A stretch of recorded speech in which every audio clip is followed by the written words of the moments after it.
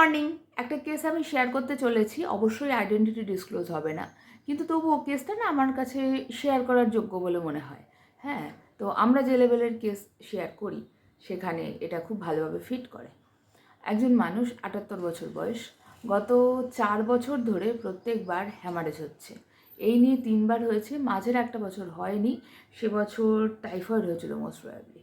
আচ্ছা, ওই বছরের এই সময়টা প্রত্যেক বছরই কিছু না কিছু হয়। 3বার স্ট্রোক হয়েছিল, একবার টাইফয়েড হয়েছিল। আচ্ছা, মানুষটার কিছু কিছু পিকিউলারিটি আছে, যেমন হচ্ছে ওনার আমাদের যেগুলো ডান দিকে ওনার সেগুলো বাঁ দিকে, আমাদের যেগুলো বাঁ দিকে ওনার সেগুলো ডান দিকে। ঠিক আছে, এর থেকে সহজ করে এটা বোঝানো সম্ভব নয়। মানে আমাদের যে অর্গানগুলো শরীরের ডান দিকে আছে, যে অর্গানের যে পার্টগুলো, ওনার সেগুলো বাঁ দিকে আছে, ওনার যেগুলো বাঁ দিকে, আমাদের যেগুলো বাঁ দিকে আছে, ওনার সেগুলো ডান দিকে আছে, উল্টো ভেতরটা।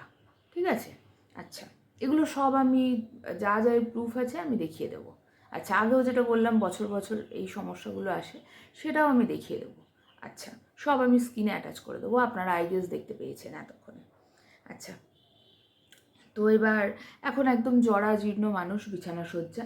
তো সেই সময় তার ছেলে আমাদের সাথে যোগাযোগ করলো একটা রিপোর্ট দেখিয়ে, এটা কি হোমিওপ্যাথিতে ঠিক হবে দিদি? এটা ট্রিটমেন্ট হোমিওপ্যাথিতে পসিবল?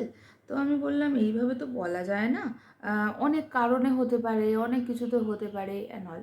তো তারপরে গিয়ে জানা গেল, বুঝলাম যে তার বহু বছর আগে তার একটা মেন্টাল ট্রমা থেকে তার এই সমস্যাগুলো আস্তে আস্তে শুরু হয়েছে। আচ্ছা, তো যেটা সিটি স্ক্যানের যে রিপোর্টটা, সেটা ওই প্রত্যেক বছর বছর ডিটোরিয়েট করতে করতে গেছে। যেমন আমাদের এরকম অনেক পেশেন্টই আছেন, একজন পেশেন্ট আছেন ওনার মেয়ে অসুস্থ, উনি প্রায় আমাদের সাথে যোগাযোগ করেন, কিন্তু আজ অব্দি উনি ট্রিটমেন্ট করিয়ে উঠতে পারলেন না।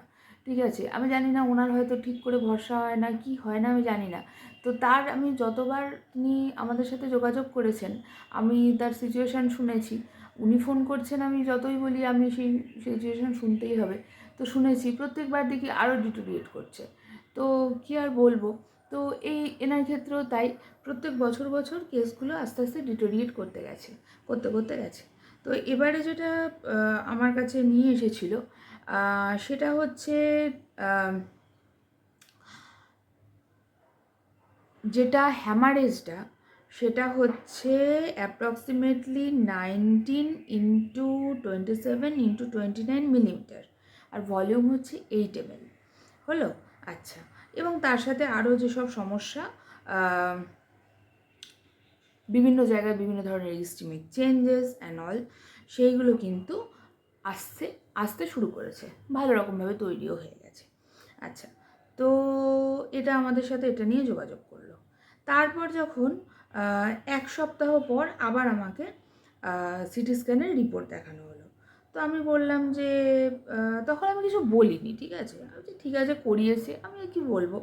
আচ্ছা, তখন দেখছি যে ওই যে 19x27x29 মিলিমিটার ছিল, সেইটা ওটা 3D ছিল, তো এটা এবার 2D হয়ে গেছে। এটা এখন 19 থেকে নেমে 11 হয়েছে, আর 27 থেকে নেমে 21 হয়েছে। ঠিক আছে, কিন্তু যেটা 29 ছিল ওইটা আর নেই। ঠিক আছে, আচ্ছা, হয়ে গেল। তারপরে আবার 1 সপ্তাহ পর রিপোর্ট এসছে, দিয়ে সেখানে দেখা যাচ্ছে হ্যামারেজটা আর নেই। ঠিক আছে, হ্যামারেজের যে ক্লটগুলো যেগুলো ছিল ওগুলো আর নেই। তো এবার যেটা ব্যাপার, আমি তখন বললাম যে এরকমভাবে সপ্তাহে সপ্তাহে সপ্তাহে সপ্তাহে সিটি স্ক্যান কেন করাচ্ছ? হ্যাঁ, এটার তো কোনো প্রয়োজন নেই। তখন বললো যে না, ডাক্তারবাবু বলেছেন। না, ডাক্তারবাবু তো এরকমভাবে বলতে পারেন না, এরকম করাবেন না, করাবে না। তো তারপর বললো যে না, ডাক্তারবাবু বারণই করেছেন। আচ্ছা, হলো। আচ্ছা, তো এরকমভাবে 2 সপ্তাহের মধ্যে একবারই মেডিসিন পাঠানো হয়েছিল। 2 সপ্তাহের মধ্যে এই যে চেঞ্জগুলো, ঠিক আছে, এবং শুধু যে ডেক্সট্রোরোটেটরিয়া নল এগুলোও না, তার সাথে কোলেস্টেরল বেশি, এই বেশি সেই বেশি, যেমন হয় এই বয়সে, হাইপার টেনশন যেমন হয় এই বয়সে, এগুলো সবই আছে। তো এবার তারপরে আমি আবার ওষুধ পাঠানোর কথা বললাম, তো যেহেতু প্রয়োজন, তো তখন তার ছেলে আমাকে জানালো যে তার আর মেডিসিন খাওয়াবে না। এবার সেটা তাদের পার্সোনাল ব্যাপার, সেটা তো আমি কিছু বলতে পারি না। কিন্তু আমাদের হোমিওপ্যাথিতে এই যে 15 দিনে হ্যামারেজটা ডিজলভ হলো, সেইটাকে আটকাবে, এই যেটা আমরা দেখলাম 15 দিনে স্ট্রোকের পেশেন্টের এইরকম উন্নতি, this is really huge and rare. যার 4 বছর ধরে এই সমস্যা চলছে এবং 1999 সালে প্রথম একটা অ্যাটাক হয়েছিল, তার এই ক্লট গলানো, this is really rare. Really আমার মানে এত ভালো লাগে এই ইমপ্রুভমেন্টগুলো দেখে। মানে এর থেকে শান্তির কিছু হয় না।